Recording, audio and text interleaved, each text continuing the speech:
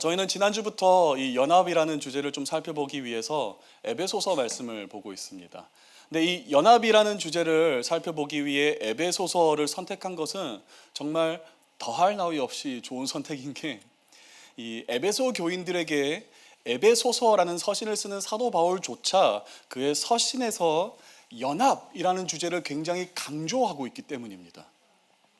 이 이방인들과 유대인들이 구분 없이 연합해야 하고, 교회가 연합해야 하고, 부모가, 가정이 연합해야 하고, 이웃이 함께 예수 그리스도 안에 거하고 함께 연합해야 한다라는 것을 아주 크게 강조하고 있기 때문에 이 연합이라는 주제를 에베소서로 풀어내는 것은 참 좋은 일입니다. 그래서 지난주에도 저희가 에베소서 1장을 살펴보면서 보았던 것은 이 하늘에 신령한 복이 있는데, 이 하늘의 신령한 복을 받기 위해서는 우리가 예수 안에 거하기를 선택해야 하고, 또 예수 안에서 연합해야 한다라고 사도 바울은 이야기했고요. 오늘은 저와 함께 에베소서 2장을 통하여서 사도 바울은 이 연합에 관해서 어떻게 말하는지를 좀 살펴보고자 하는데, 2장에서는 재밌게 사도 바울이 연합이라는 주제를 설명하기 위하여서 사용하는 그림은 바로 건물입니다. 여러분, 건물 좋아하시죠? 건물 있으십니까? 사도 바울은 이 건물이라는 그림을 통하여서 연합이라는 메시지를 전하고자 하는데, 크게 세 가지 관점으로 볼 수 있을 것 같습니다. 첫 번째, 우리는 주 안에서 성전이 되어야 합니다 라고 이야기합니다. 그리고 두 번째, 사도 바울은 우리는 하나님이 거하실 처소가 되어야 합니다 라고 이야기하고요. 그리고 세 번째, 바울은 우리는 그리스도 예수 안에서 함께 지어져야 합니다. 이 건물이라는 그림, 성전이라는 건물, 처소라는 건물로서 우리가 함께 지어져 나가는 것이 즉 연합이다라고 사도 바울은 이야기하고 있는데, 오늘 이 세 가지의 관점을 가지고 우리가 함께 에베소서 2장을 풀어봤으면 좋겠습니다. 먼저 첫 번째, 우리는 주 안에서 성전이 되어야 합니다. 여러분, 성전이 뭐라고 생각하십니까? 교회에서 기도하다 보면, 또 찬양하다 보면 성전이라는 단어가 참 많이 나오고, 우리 교회도 보이지 않는 성전을 짓는 교회라는 살짝 이해가 안 가는 그런 가치관도 있는데, 성전이란 무엇일까요? 보통 신약 성경에서 성전이라는 단어가 나오면 어떠한 단어가 많이 사용되는가 하면 헬라어로 히에론이라는 단어가 많이 사용됩니다. 이 히에론이라는 헬라어는 아주 간단한 단어예요.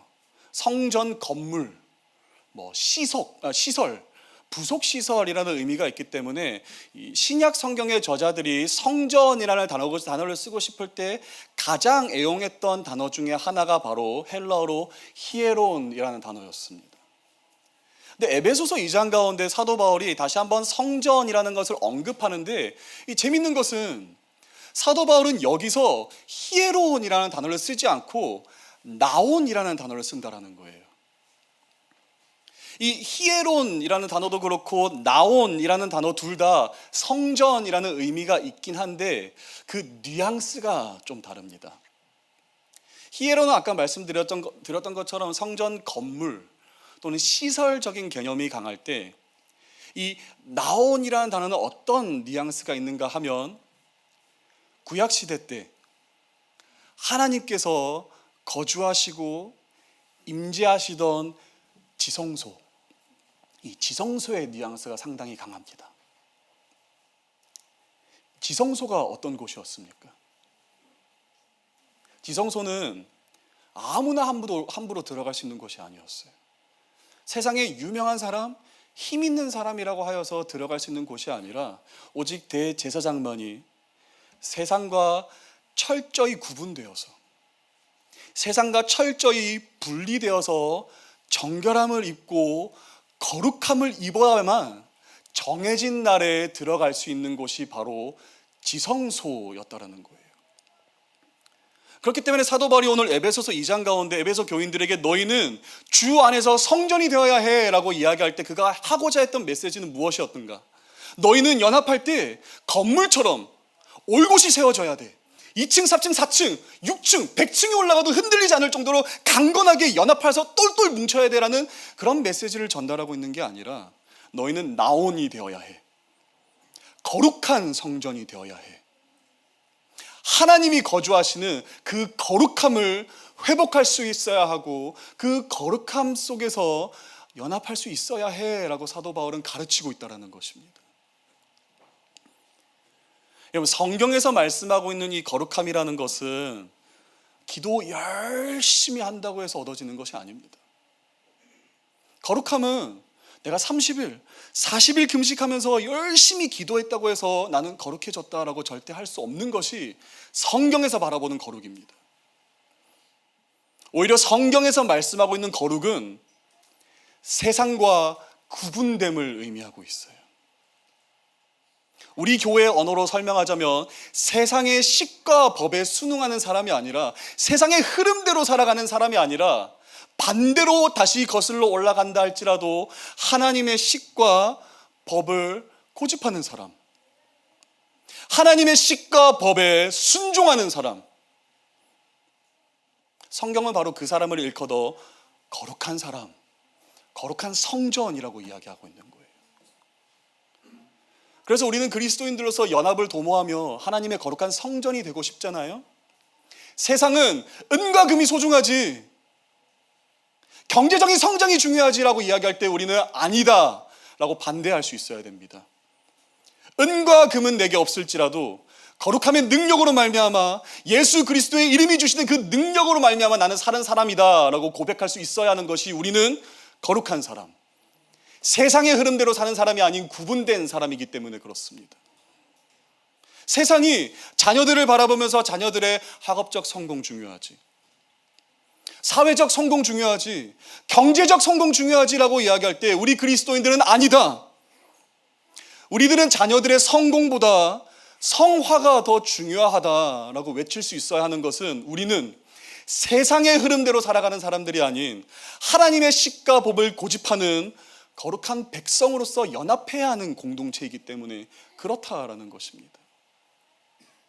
거룩함은 열심히 내가 거룩해야지라고 해서 얻어지는 것이 아니라 세상의 식과 법에 순응하지 않고 오직 하나님의 식과 법에 순종하는 사람, 그게 바로 거룩이라는 것입니다. 그게 바로 하나님의 성전으로 세워지는 것이라는 거예요. 근데 오늘날의 우리 교회를 보잖아요. 저기 멀리 있는 교회, 대형 교회 그런 거 말고 저는 지금 우리를 이야기하는 거예요. 저를 이야기하는 것입니다. 오늘날 우리를 보잖아요. 참 안타깝게도 현실은 우리가 그 거룩함으로 살아가고 있는가라는 질문 앞에서 담대히 대답하지 못하는 게 사실인 것 같습니다. 교회는 이 땅 가운데서 거룩함을 가지고 세상과 반대되는 흐름으로 살아야 하고 세상에게 이정표가 되어서 빛과 소금의 역할을 했어야 했음에도 불구하고 오히려 그 어떤 이들보다 세상답게 사는 그리스도인들이 되어버려서 세상은 우리들을 바라보며 사실 기독교인이라는 이름보다는 개독교라는 꼬리표를 붙여주지 않았겠습니까? 교회는 원래 세상이 모든 미워하고 외면하는 소외된 자, 이방인들, 눈물 흘리는 자, 고통당하는 자들과 함께 자리를 했어야 했지만 작금의 사태를 보자면 교회는 오히려 권력 있는 자, 기득권의 세력과 함께 가장 가까운 곳에 자리를 잡고 그들의 목소리가 되어주기를 자처하고 있습니다. 오늘날의 교회를 보면 이 성전이라고는 이제 도저히 부르기가 민망할 정도로 현란한 교회, 화려한 교회, 휘황찬란한 건물을 짓고 있는데 이제쯤이면 우리가 우리 자신에게 물어봐야 할 질문이 있지 않겠습니까? 우리는 과연 성전으로서 연합하고 있는가? 우리는 과연 그 거룩함의 능력으로 살아가고 있는가?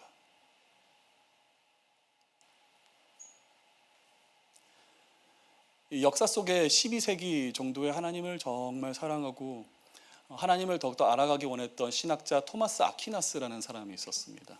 토마스 아퀴나스가 어느 날 교회로 들어갔더니 그 교회 안에는 당시 교황이었던 인노켄티우스 2세라는 사람이 있었습니다. 이 사람이, 이 교황이 뭐라고 있었냐면, 예배가 마치고 그날 들어온 헌금을 계수하고 있는 거예요. 착착착. 그러면서 토마스가 들어오는 것을 보면서 이렇게 이야기했다고 합니다. 토마스 보시게, 교회는 더 이상 은과 금은 내게 없거니와 라고 할 필요가 없어졌다네. 근데 토마스 아퀴나스는 이렇게 대답했다고 합니다. 맞습니다. 그러나 교회는 이제 더 이상 예수의 이름으로 이제 일어나 걸어라 라고 말하지 못하게 되었습니다.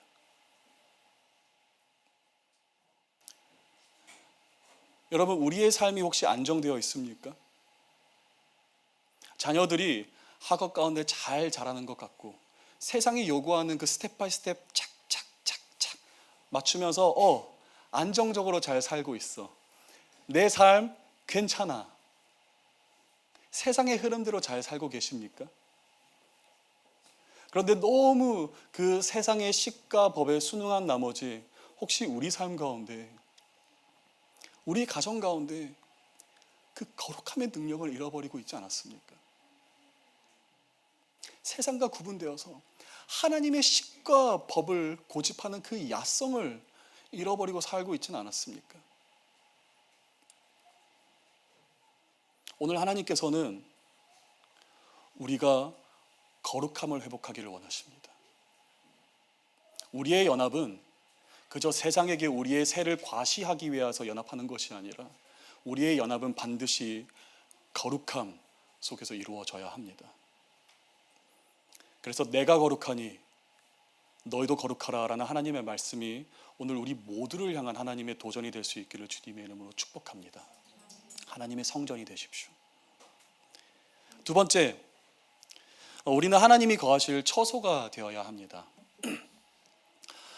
사도 바울은 우리의 연합함은 그냥 우리의 능력으로 되는 것이 아니라 하나님의 처소가 됨으로 말미암아 연합할 수 있는 것이다 라고 이야기하는데, 저는 사실 이 구절을 읽을 때 좀 의아합니다.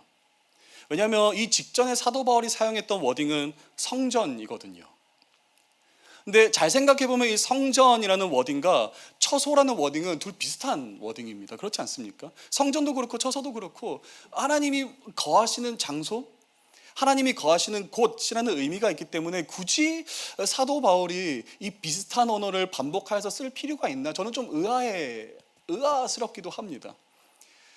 근데 그럼에도 불구하고 사도 바울이 굳이 이 비슷한 의미를 가지고 있는 두 단어, 성전 그리고 처소라는 단어를 사용했던 이유는, 이 두 단어가 의미적으로는 비슷할 수 있어도 강조하는 바가 달라서 그렇다라는 거예요.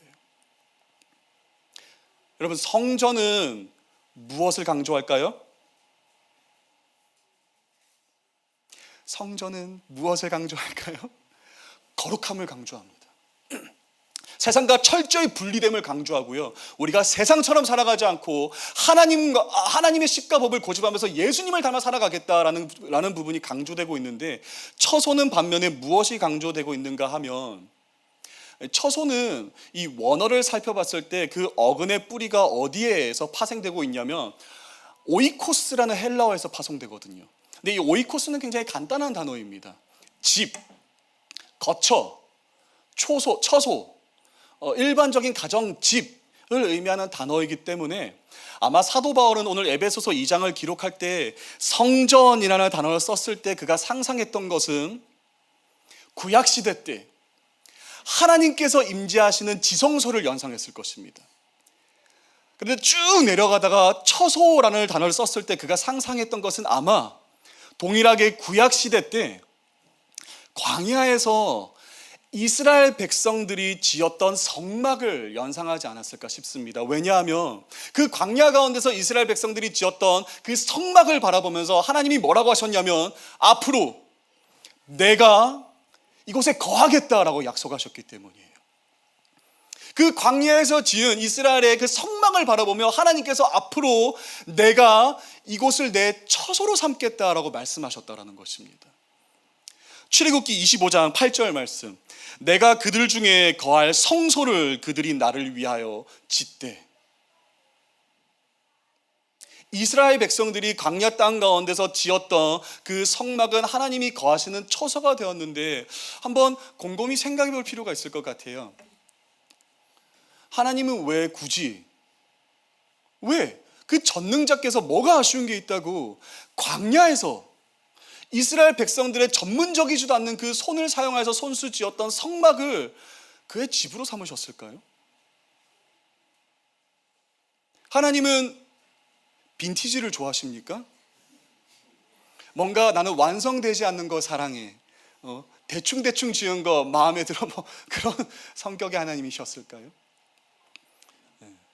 우리는 그 답을 좀 시편 22편에서 찾아볼 수 있을 것 같습니다. 시편 22편 3절 말씀. 이스라엘의 찬송 중에 계시는 주여, 주는 거룩하시니이다. 시편의 기자는 오늘 뭐라고 말씀하시냐면 이스라엘의 찬송 중에 계시는 주여라고 이야기하는데, 여기서 계시다의 그 히브리어는 요셰브라는 단어인데, 이 요셰브는 그냥 이스라엘의 찬송 중에 계시는 주님, 그냥 거기에 있는 여호와 하나님, 그냥 거기에 머물고 그냥 거기에 존재하는 하나님 정도의 의미가 아니라 좀 더 장기적인 개념이 있습니다.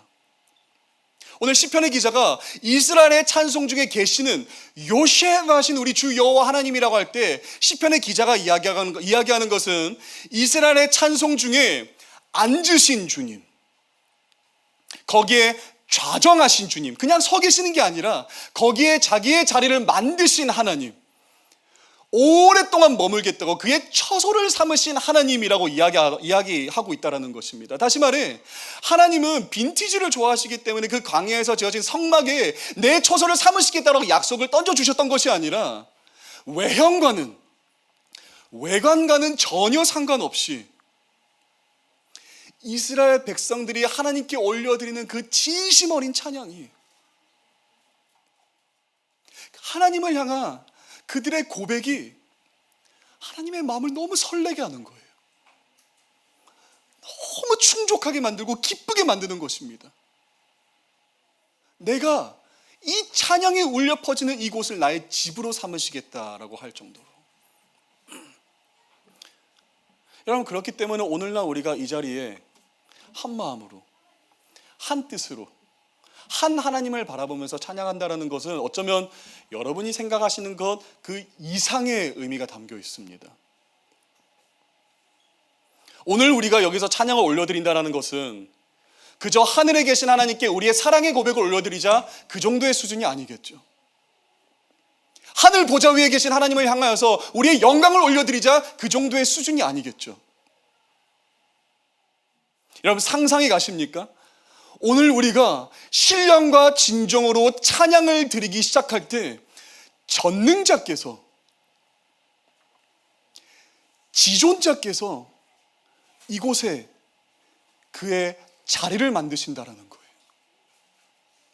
전능자께서 내가 도저히 이것을 떠나지 못하겠다, 그의 처소를 마련하신다라는 것입니다.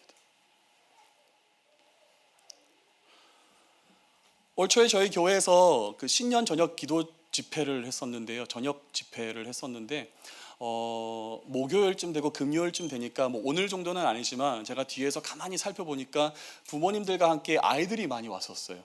되게 저에겐 감동이 됐었습니다. 근데 여러분 생각해 보십시오. 아이들이 왔는데 대부분의 아이들은 정말 열심히 찬양도 하고 기도도 하고, 엄마 저를 이곳 가운데 데리고 와주셔서 참 감사해요 라고 착한 아이들이었겠죠, 고백하는.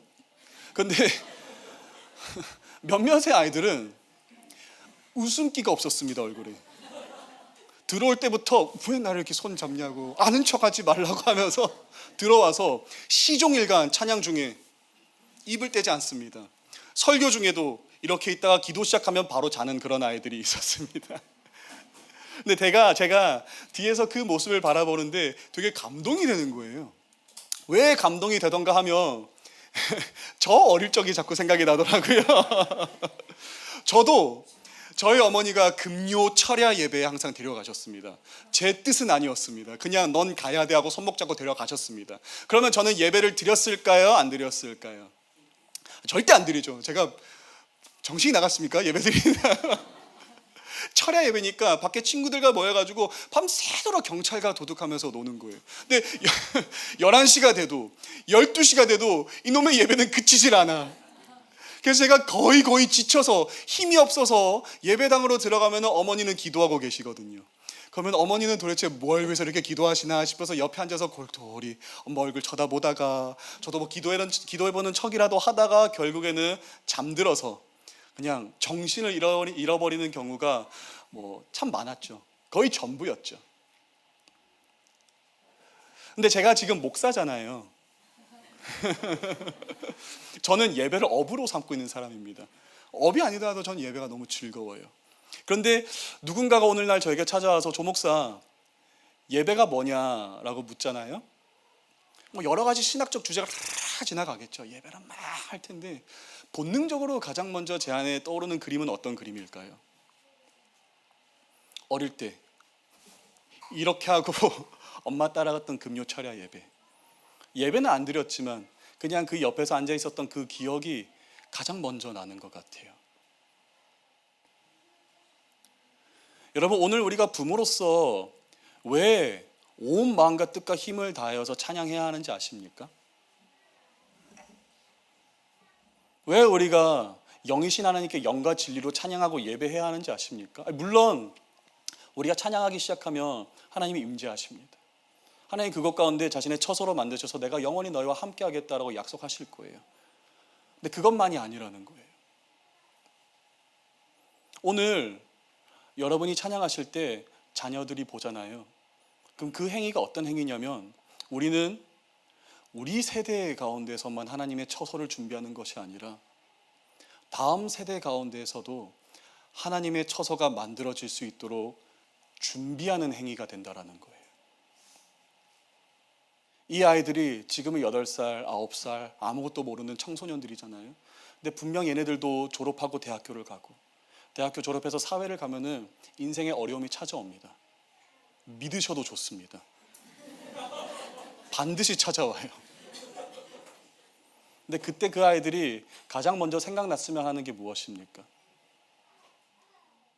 찬양 아니겠습니까? 엄마는 그때 찬양했는데 아빠는 그때 예배했는데. 사랑하는 여러분, 최근 삶이 너무 분주하고 바쁜 나머지 혹시 찬양의 열정이 식지는 않으셨습니까? 처음에는 그 찬양하는 것이 너무 좋고 미칠 것만 같은 그런 풍족함이 있었는데 어느 순간 정신 차려보니 인생이 너무 힘들고 고달프고 왜 이렇게 다사다난한지 찬양 시간이 그냥 견디고 버텨야 하는 시간으로 변질되지 않았습니까? 오늘 하나님은 우리가 다시 한번 우리의 찬양이 부흥되기를 소망하십니다. 아무리 우리 인생이 그 혼란의 도가니 속에 있다 할지라도 사람의 힘으로는 도저히 해결할 수 없는 태풍과 폭풍 속에 있다 할지라도 우리가 그것 가운데서 찬양하기를 결단하잖아요. 우리가 그것 가운데서 우리의 마음을 결단하고 예배하기를 결정하잖아요. 그것은 태풍의 속이 아닌 하나님의 처소로 변하게 될 줄로 믿습니다. 우리 그리스도인들에게선 그러므로 찬양이 우리에게 주어진 가장 최고의 무기인 줄로 믿습니다. 찬양을 회복하십시오. 찬양으로 말미암아 이제는 하나님께서 거하시는 처소가 되십시오. 우리는 찬양함으로 말미암아 연합하는 공동체가 되는 줄로 믿습니다. 마지막으로 세 번째, 우리는 그리스도 예수 안에서 함께 지어져야 합니다.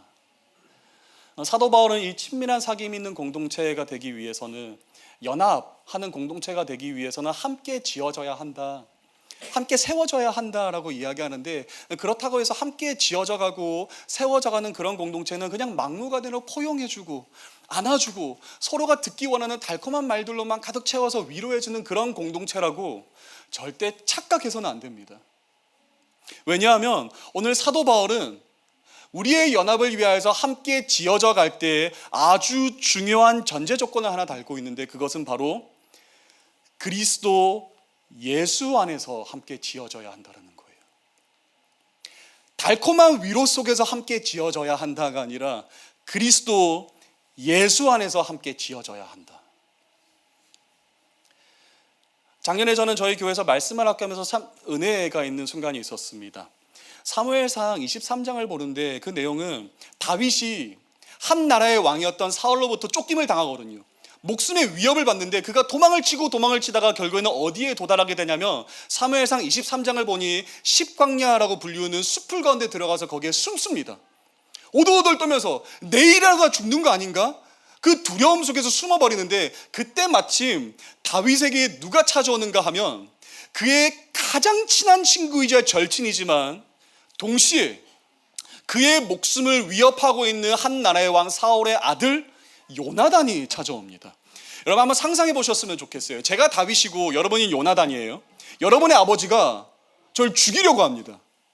근데 어찌 저를 찾아와서 저를 만났어요. 그러면 인간적으로 여러분이 저에게 가장 먼저 건네야 되는 말은 무엇입니까?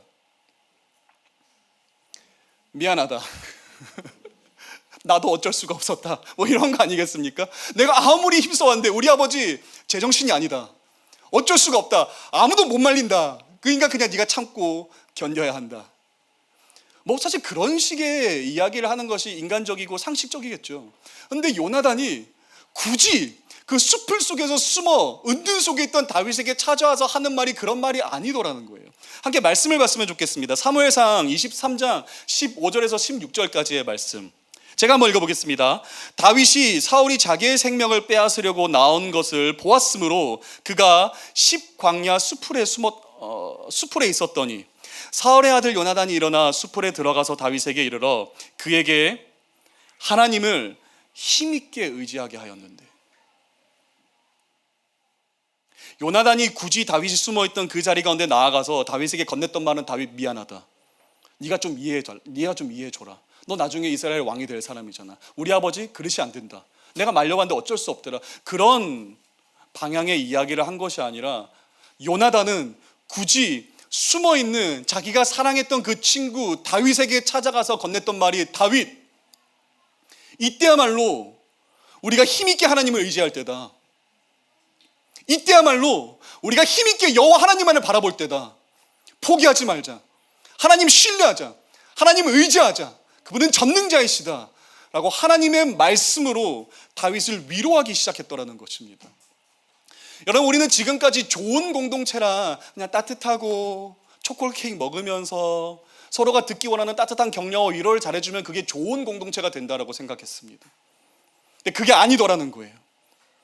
하나님께서 원하시는 공동체, 하나님께서 원하시는 연합은 그런 공동체가 아니라 하나님의 말씀을 중심으로 두어서 그리스도 예수 안에서 하나로 이어지는 것이 좋은 공동체고 하나님께서 그토록 원하시는 연합의 모습이더라는 것입니다.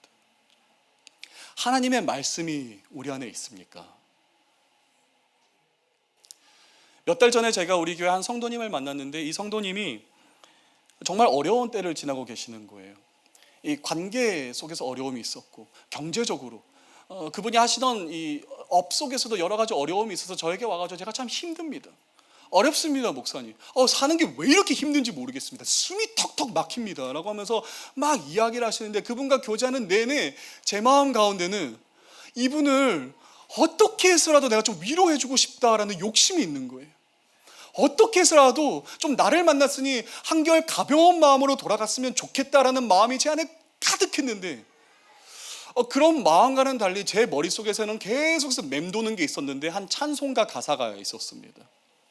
근데 제가 이 찬송가 가사를 잘 알았기 때문에 무슨 일이 있더라도 제 온 상식을 다 동원하여서 절대 이 찬송가 가사를 집사님께 말하면 안 된다, 이 성도님께 말하면 안 된다라고 결단을 했었습니다. 왜냐하면 이 찬송가 가사를 공유하는 순간 내가 이분을 위로하기보다는 오히려 한 대 맞을 수도 있을 것 같다, 안 될 것 같다. 어떤 찬송가였는지 아십니까? 아마 잘 아시는 찬송가일 것입니다. 323장 부름받아 나서니 몸. 1절과 2절은 잘 아실 거라고 생각을 해요.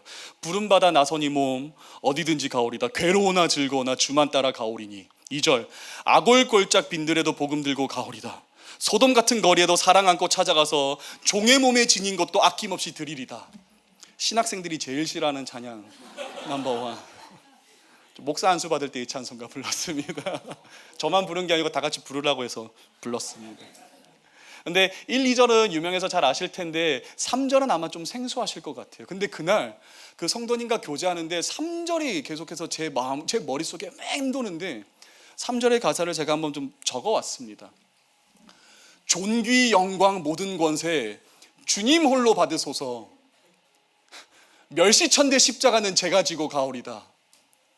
이 가사가 자꾸 제 머릿속에 떠도는데 이것을 절대 이 성도님에게 말하면 안 될 것 같은 거예요. 여러분 생각해 보십시오. 지금 성도님이 목사를 찾아와서 목사님 저 힘듭니다. 저 어렵습니다. 사는 게 놀랍지 않습니다. 왜 이렇게 힘들까요? 라고 했는데 목사라는 작자가 성도님 멸실천대 십자가는 이제 당신이 지고 가십시오. 라고 하면 좋아할 성도님이 어디에 있겠습니까?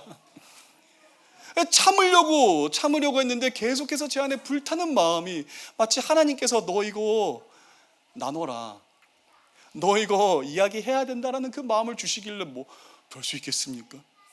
순종이 제사보다 나은데 제가 용서를 구했습니다. 성도님 진짜 죄송한데 정말 죄송한데 뭐 신뢰가 될 것 같기도 하지만 그래도 좀 잘 들어주십시오. 교제하는 동안 하나님께서 제 마음 가운데 계속해서 불타는 마음을 주시는데 이 찬송가 가사를 주십니다. 존귀 영광 모든 권세 주님 홀로 받으소서. 멸시천대 십자가는 제가 지고 가오리다. 성도님 힘든 거 아시지만 어려운 거 알지만 그냥 멸시천대 십자가는 그 관계의 모든 오해, 어려움, 서러움, 외로움, 고독함 그건 그냥 우리가 지고 가시죠.